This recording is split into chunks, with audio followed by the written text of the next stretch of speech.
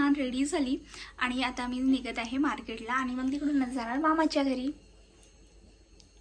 डुगुनी तर तेच कपडे घातले, मी त्याला सकाळपासून तेच कपडे घालून दिलेले होते आणि आता पाऊस पण सुरू आहे, सो म्हटलं की जाऊ दे तेच कपडे राहू दे, म्हटलं तुझे छानच दिसतात म्हटलं।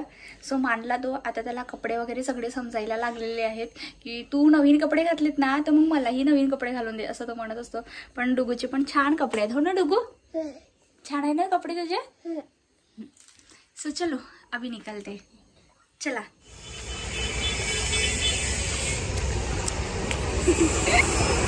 पाऊस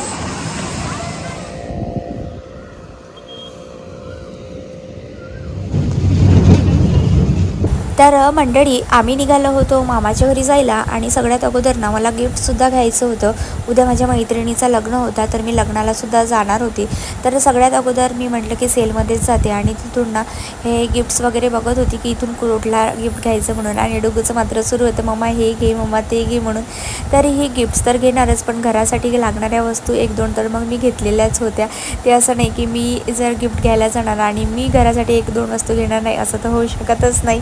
डुगूला मस्त अशी पाटी वगैरे घेऊन दिलेली होती आणि त्यानंतर मग आली होती मामाच्या घरी मामीला भेटण्यासाठी। मामीची तब्येत बरी नव्हती तर, आणि प्रतीक्षासुद्धा आलेल्या होत्या। इथे काही जास्त शूट केलेला नव्हता।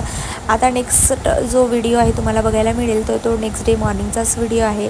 सो मस्त अशी छान रेडी झालेली होती मी लग्नाला जाण्यासाठी आणि छान अशा ना बँगल्स वगैरे वेअर केलेल्या होत्या। कशा दिसतात त्या नक्कीच सांगा। ह्या माझ्या बँगल्स कधीच्या आहेत तर मी तुम्हाला सांगते, जेव्हा मी 2018मध्ये माझं पासआउट झालेलं होतं, म्हणजे माझं नर्सिंग पासआउट झालेलं होतं तर तेव्हा मी बँगल्स घेतलेल्या होत्या मेल्यामधून, तर तेव्हाच्या त्या बँगल्स आहेत माझ्या।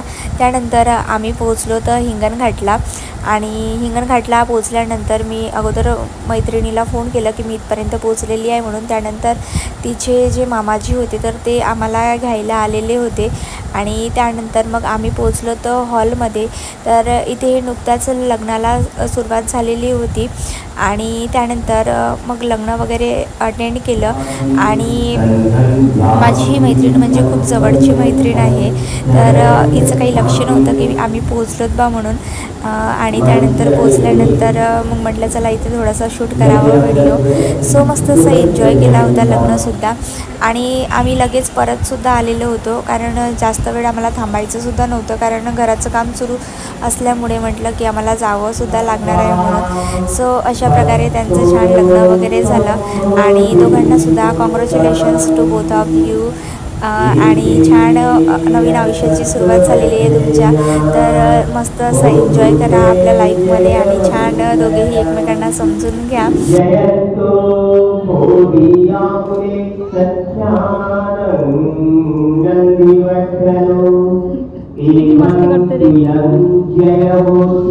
बिस्किट खाते का?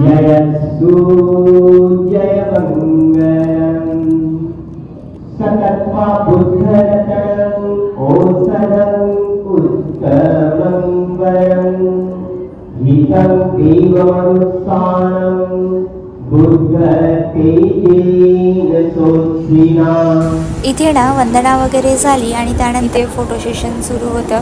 सो फोटोज वगैरे काढल्यात, इथे गप्पा गोष्टी सुरू होत्या आणि इथे तुम्ही बघू शकता डुगूचं काय सुरू होतं। तुम्हाला डुगू दिसतोय ना, तर डुगू नवरीच्या मम्मीसोबत हात पकडून गेलेला होता सगळ्यांना जय भीम करण्यासाठी आणि छान वाटत होतं, म्हणजे त्या काकू त्याला सोबत घेऊन जात होत्या तर।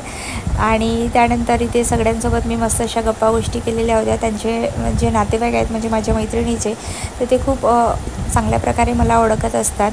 त्यानंतर इथे गिफ्ट देण्यासाठी मी स्टेजवरती गेली होती आणि त्यानंतर मग छान फोटो सेशन वगैरे मी सुद्धा करून घेतलेलं होतं। दोघांनाही मस्त कॉंग्रॅच्युलेशन दिलं होतं डुगूनी आणि मी सुद्धा, आणि त्यानंतर फोटोज मी सुद्धा काढून घेतलेल्या होत्या आणि नंतर मग काय जेवण वगैरे केलं आणि मग निघालो होतो आम्ही घरी जाण्यासाठी।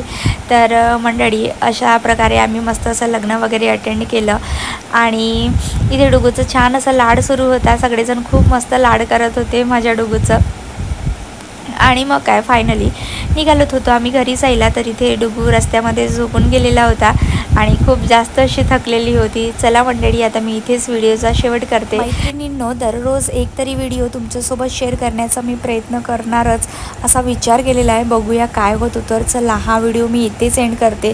इतका वेळ दिल्याबद्दल थँक्यू सो मच.